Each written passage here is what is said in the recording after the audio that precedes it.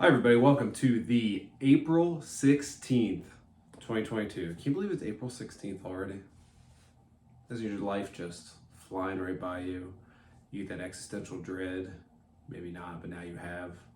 Well, we're all on this ride together, and I appreciate you taking a stop on the bus on the ride of That Is Life with me, your host, Tyler Sage, at Ring of Tyler, and today's PWTorch Daily Newswire for April 16, 2022. I appreciate you being here.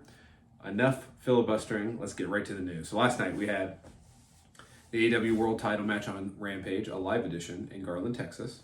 And we had Adam Hangman Page defeating Adam Cole in a Texas death match that featured an ending sequence where Adam Page ripped barbed wire from around his wrist, took that off, and put a crown of barbed wire thorns around the head of Adam Cole, who already kind of looks like a white Jesus of some version that you've seen in art across the country, I would suppose.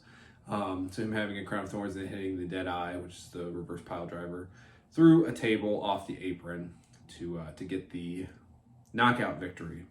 And Adam Page retained the AEW World Title. So, yeah, very exciting stuff. If you haven't seen it, definitely a match to go watch on DVR or just search for it. A little less gory than previous death matches within AEW, which I think is fine. And there will be a lot of discussion about Adam Page, his title run, as there is, and will be always about that. So, I'll leave that there.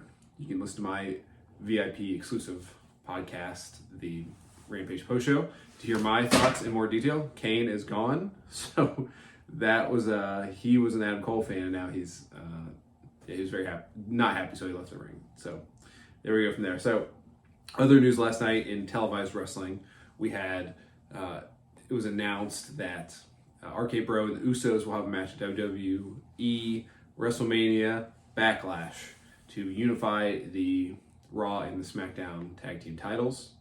So to continue where we are with the unification of belts and of alike. So I think a very interesting development for WWE on a whole. The match itself is intriguing to me as well, but I think the unification of the world titles and now the tag titles, and one would presume, I'm not even advocating this, but if they want to combine the IC and the United States title, I think that would be maybe not the best call, because you could have those minor titles be the secondary titles, be something that's really important if they're not feuding against the world champion. That will be Roman Reigns. So we'll see where it goes there, but interesting call, and obviously you can see the mentality of WWE going forward, at least for the future at the moment. So we'll see what happens there, and so very good. Also on NXT Level Up, we had Roxanne Perez, FKA Roxy, who she was the ROH Women's Champion when the company disbanded as a Sinclair property, and she signed with WWE before Tony Khan bought it, and a missed opportunity, and for him, I think a gained opportunity for WWE. So NXT, she's a tremendous worker. She is 20, 21, something like that. And she's got a real bright future. So if you haven't seen her wrestle, I would check her out on Level Up and see her first match. But just wanted to kind of put a pin in that for you as the audience member. If you haven't seen her, I think really look out for her. She's got a lot of potential to be a big star in the industry sooner rather than later. And I think it is a miss by Tony Khan and AEW to not have another young and super talented woman on their roster. So there's that. And finally, a little on the definitely on the sadder side, we had Virgil come out, the wrestler from the 80s, NWO, and in our hearts today as an indie star. And so Virgil came out on Twitter and announced that post WrestleMania weekend he was not feeling great, went to the doctor, and he's been diagnosed with a series of not ideal things for his health.